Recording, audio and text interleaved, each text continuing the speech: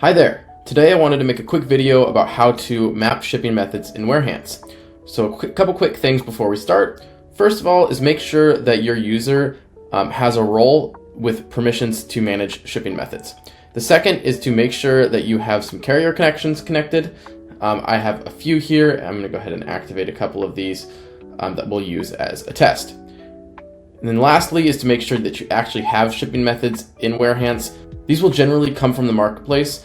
A Shopify store, for example, when you get orders in, those orders will have shipping methods, and if there isn't already an existing shipping method with that name, we'll create one.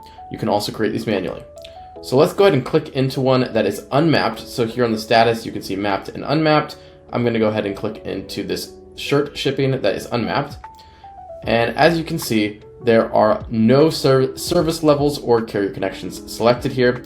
So I'm going to go ahead and choose some service levels and carriers that I want to map to.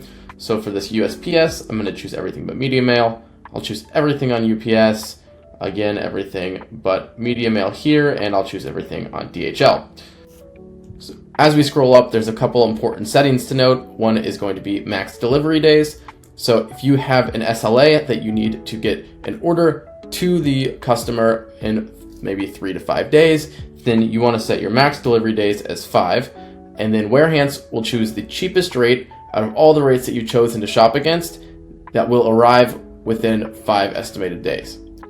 Now, shipping method priority is just one way that we sort orders in the picking flow to decide which ones will go first. So shipping method priority is the second sort option after order priority. And so shipping methods with a higher priority, so orders with a shipping method that have a higher priority will get picked first. So I'm going to go ahead and click Save Changes. And now if I head back to the shipping methods, you can see our shirt shipping is now mapped.